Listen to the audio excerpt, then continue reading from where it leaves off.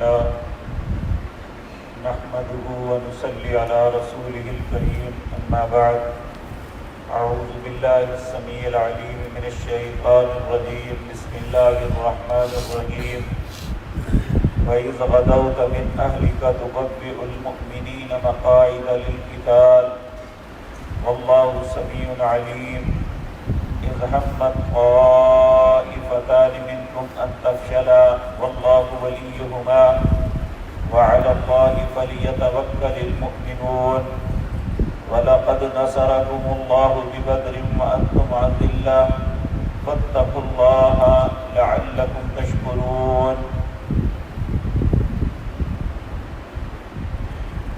حضرات محترم، ان آیات سے اللہ رب العزت نبی کریم صلی اللہ علیہ وسلم کے ہجرت کے دوسرے سال جو ایک واقعہ ہوا تھا جسے غزوہ احد کہتے ہیں اس کا تذکرہ فرما رہے ہیں. یاد رکھیں کہ نبی کریم کی ہجرت کے بعد پہلا جو بڑا مارکہ ہوا تھا، چھوٹے مارکے تو دو چار ہوئے تھے، لیکن بڑا مارکہ جو ہوا تھا وہ غزوہ بدر تھا. یہ رمضان کے اندر ہوا اور اس کے اسباب سورۃ انفال کے اندر انشاءاللہ سارے بیان کریں گے. اس میں اللہ رب العزت نے مسلمانوں کو ایک عظیم فتح سے نوازا تھا. اس میں اللہ نے کفار کے جو بہت بڑے بڑے سردار تھے ان کے مقدر میں قتل لکھ دیا، اور مجرم اعظم ابو جہل بھی اسی غزوہ بدر کے اندر ہی قتل ہوا تھا، اور 70 کے قریب کفار کے بڑے بڑے لوگ قید ہو کے آ گئے. یہ اتنی بڑی چوٹ تھی ان پہ کہ جس کا بدلہ لینے کے لیے انہیں آرام نہیں آ رہا تھا. ایک تو جو لوگ مقتول تھے ان کے خاندان کے لوگوں کے اندر ایک رقابت کا جذبہ، دل کے اندر جو حسد اور یہ بات تھی کہ ہم اپنے رشتہ داروں کا بدلہ لیں. تو ان لوگوں نے مکے اور اس کے ارد گرد قبائل کو بھی ساتھ جمع کیا، اور پھر یہ لوگ مدینہ پہ حملہ آور ہوئے. یہ 3000 کا لشکر جرار لے کے، یہاں یہ بات یاد رکھیں کہ اب باتیں لاکھوں کی ہوتی ہیں چونکہ آبادی بہت زیادہ بڑھ گئی، اور عرب میں آج بھی اگر ہزاروں لوگ اکٹھے ہو جائیں تو بہت بڑی بات ہے. آپ دیکھیں ایک وقت تھا کہ جب مکہ مکرمہ سے مدینہ منورہ کا سفر کرتے تھے نا، تو درمیان میں چند ہوٹلوں کے علاوہ کہیں کوئی بندہ نظر نہیں آتا. تو وہاں 3000 بندوں کو اکٹھا کر لینا یہ بہت بڑی بات ہے. یہ لے کے مدینہ منورہ کے قریب ایک پہاڑ ہے جسے جبل احد کہتے ہیں، اس کے قریب آ گئے تو نبی کریم صلی اللہ علیہ وسلم اپنے ساتھیوں کو جمع کیا اور ان سے مشاورت کی کہ ہمیں کیا کرنا چاہیے. کچھ نے مشورہ دیا کہ مدینے کے اندر لڑے، اور جو نوجوان یا وہ اصحاب جو جنگ بدر میں شریک نہیں ہو سکے تھے انہوں نے اس جذبے کے تحت کہا نہیں جی ہم باہر جا کے لڑیں، چونکہ وہ لوگ زیادہ تھے. اس لیے نبی کریم صلی اللہ علیہ وسلم نے ان کی بات کو تسلیم فرمایا. یہ مسجد نبوی سے تقریباً 5 کلومیٹر باہر ایک یہ پہاڑ ہے. آپ جانتے ہیں کہ جب آبادی ہو جائے تو شہر سمٹ جاتے ہیں. ہم جب چھوٹے تھے یہ بائی پاس بنا تو بائی پاس تک پہنچنے کے لیے کئی جو ہے اجاڑ بیابان سے گزر کے جانا پڑتا. تو اب ایسے لگتا ہے جیسے یہ ساتھی ہے. بالکل اسی طرح مدینہ شہر اس وقت اتنا ہی تھا جتنا آج مسجد نبوی کی عمارت ہے، یہ پورے شہر اتنا ہی ہے۔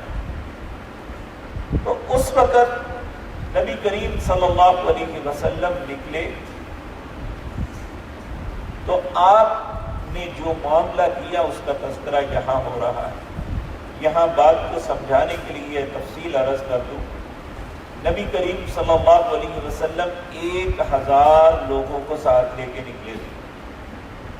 اس وقت تک منافقوں کی ایک بہت بڑی تعداد مدینے میں ہو گئی، جن کا سردار عبداللہ بن ابی بن سلول تھا۔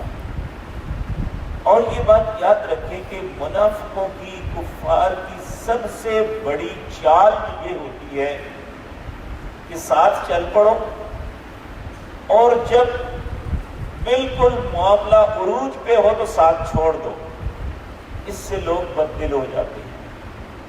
اس نے بھی یہ کیا کہ جب یہ نبی کریم صلی اللہ علیہ وسلم کے ساتھ اسی جذبے کے ساتھ نکل رہے تھے، نعرے لگا رہے تھے، جب مقام شوط پہ پہنچے تو وہاں جا کے اس نے جو اپنی پلاننگ کے مطابق اس کے جو ساتھی تھے، اس نے کہا جی ہماری بات ہی نہیں مانی گئی، ہم نے کہا تھا مدینے میں لڑے، انہوں نے ہماری بات نہیں مانی، اس لیے ہم الگ ہو گئے۔ یہ 300 بندے لے کے واپس پلٹ آئے، اور اسے دیکھ کے بعض کمزور دل مسلمان جو تھے ان کے حوصلے بھی پست ہو گئے۔ ان میں مدینے کے 2 خاندان تھے، ایک بنو حارثہ اور ایک بنو سلمہ۔ یہ لوگ بھی انہیں دیکھ کے پیچھے پلٹنے لگے، لیکن اللہ رب العزت نے پھر انہیں سمجھ عطا فرما دی۔ پھر نبی کریم صلی اللہ علیہ وسلم میدان احد میں جا کے آپ پہاڑ کو اپنے پیچھے لیا اور آپ پہاڑ کی اوٹ میں کھڑے ہو گئے۔ دوسری طرف میدان میں کفار تھے، اور اس کی دائیں طرف ایک گھاٹی تھی، جو دونوں پہاڑوں کے درمیان ایک گھاٹی رستہ ہوتا ہے۔ آپ نے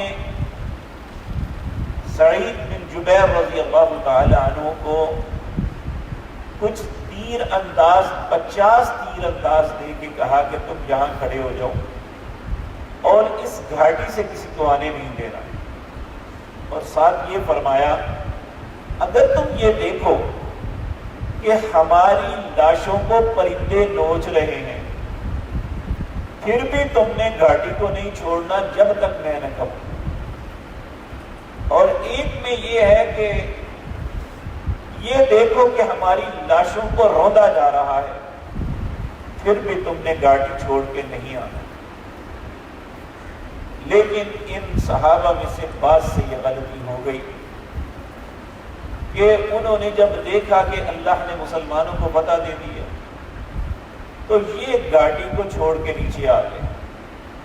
اسی اثناء میں خالد بن ولید رضی اللہ تعالیٰ عنہ جو اپنے ساتھیوں کے ساتھ پیچھے بھاگ رہے تھے، یعنی مسلمانوں کے مقابلے میں یہ بھاگ کھڑے ہوئے تھے سب، پہلے حلے میں ہی اللہ نے انہیں شکست دے دی۔ خالد بن ولید بڑے دانا اور بڑے پلانر تھے۔ جب یہ بھاگتے بھاگتے اچانک گاڑی پہ نظر پڑی تو وہاں چند لوگوں کو دیکھا تو فوراً ذہن میں تدبیر آئی کہ یہاں پیچھے سے حملہ کر کے ہم اپنا بدلہ لے سکتے ہیں۔ تو خالد بن ولید نے اپنے ساتھیوں کو اکٹھا کر کے پیچھے سے حملہ کیا، جس سے مسلمانوں کو بہت زیادہ نقصان ہوا۔ اس نقصان میں نبی کریم صلی اللہ علیہ وسلم کا سر مبارک کا زخمی ہو جانا، آپ کا دانت ٹوٹ جانا، آپ کے خور کی کڑیاں آپ کے چہرے میں پھک جانی، اور سب لوگوں کا بھاگنا، اور صرف نبی صلی اللہ علیہ وسلم اور چند لوگوں کا ٹھہر جانا۔ پھر اللہ نے دوبارہ لوگوں کو اکٹھا کر کے ان لوگوں کو بغیر کسی فائدے کے یہاں سے بھیج دیا۔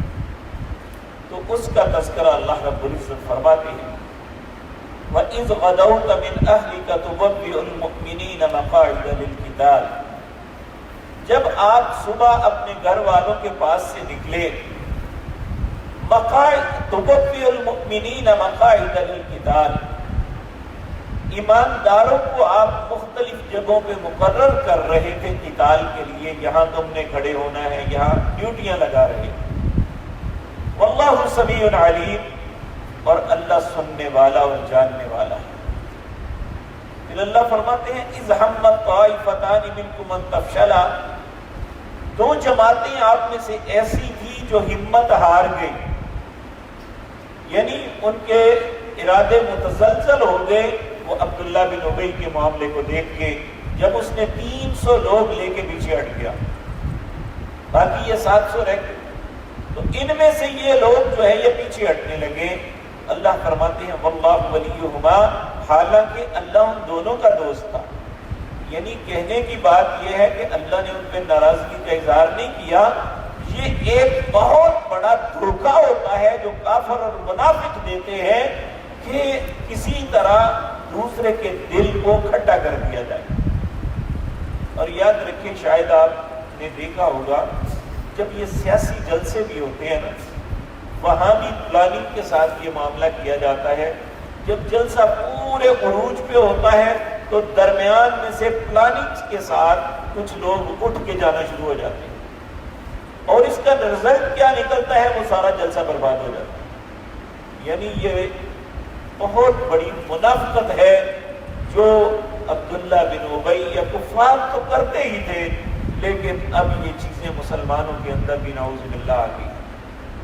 تو اللہ رب العزت فرماتے ہیں حالانکہ اللہ ان دونوں کا دوست تھا کہ ان سے یہ غلطی ہوئی تھی، ارادے اختیار سے نہیں کیا تھا۔ وَعَلَى اللَّهِ فَلْيَتَوَكَّلِ الْمُؤْمِنُونَ، اور مومنوں کا بھروسہ تو اپنے رب پہ ہی ہوتا ہے، انہیں ان باتوں کو نہیں دیکھنا چاہیے تھا، انہیں اپنے رب پہ بھروسہ کرنا چاہیے۔ پھر اللہ رب العزت تذکرہ فرماتے ہیں وَلَقَدْ نَصَرَكُمُ اللَّهُ بِبَدْرٍ وَأَنْتُمْ أَذِلَّةٌ، بدر کی بات یاد کروا رہے ہیں اللہ کہ اللہ نے تمہاری بدر کے اندر مدد کی، وَأَنْتُمْ أَذِلَّةٌ، حالانکہ تم بہت کمزور تھے اس وقت، اب تو تمہیں قوت مل گئی۔ اس وقت 313 تھے، اب تو تم 700 کے قریب ہو۔ کہا اس وقت تمہارے پاس ہتھیار بھی نہیں تھے، اب تو ہتھیار بھی ہے، تم اللہ کی مدد پہ کیوں نہیں بھروسہ کرتے؟ تو اللہ رب العزت فرماتے ہیں وَلَقَدْ نَصَرَكُمُ اللَّهُ، اور البتہ تحقیق مدد کی تمہاری اللہ نے بِبَدْرٍ، بدر میں، وَأَنْتُمْ أَذِلَّةٌ، اور تم اس وقت بہت کمزور تھے۔ فَاتَّقُوا اللَّهَ، اس لیے اللہ سے ڈرو، لَعَلَّكُمْ تَشْكُرُونَ، تاکہ تم شکر گزار بن جاؤ۔ اور اس کے بعد پھر وہاں فرشتوں کی مدد کا تذکرہ ہے۔ اللہ رب العزت نے زندگی اور توفیق دی تو انشاءاللہ آپ کے سامنے عرض کروں گا۔ اقول قولی ھذا واستغفر اللہ